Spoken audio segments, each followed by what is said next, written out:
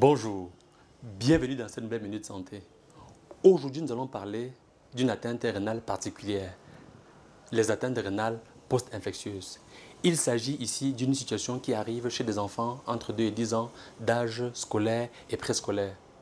Ce sont des enfants chez qui subitement nous constatons une apparition des œdèmes dans les membres inférieurs et des œdèmes au niveau du visage, une difficulté à uriner, des urines qui sont sales et qui contiennent même parfois du sang.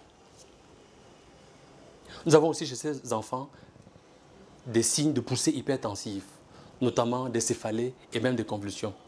Ce tableau impressionnant qui apparaît chez un enfant habituellement en bonne santé va interpeller.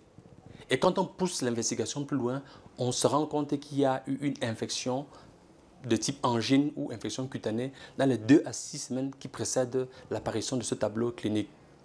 L'examen de la bandelette urinaire va effectivement objectiver la présence de protéines et de sang dans les urines. Vous l'avez compris, il s'agit ici d'une atteinte de l'appareil de filtration glomérulaire.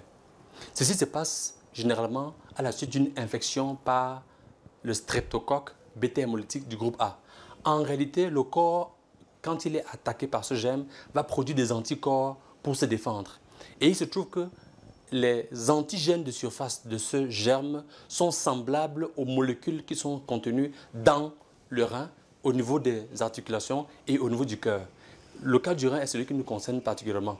Et donc, en attaquant ces cellules rénales, nous allons avoir donc une destruction de la paroi de filtration et donc une incapacité du rein à assurer ses fonctions.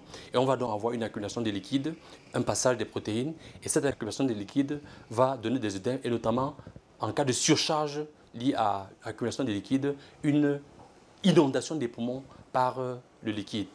Et donc, effectivement, nous allons avoir des enfants qui vont être en urgence pour une prise en charge. Le traitement est essentiellement médical. Il va consister à une réduction des liquides, à une élimination de sel et à un traitement antibiotique, notamment par extensiline, comme vous le connaissez, pour traiter cette infection à streptocoque.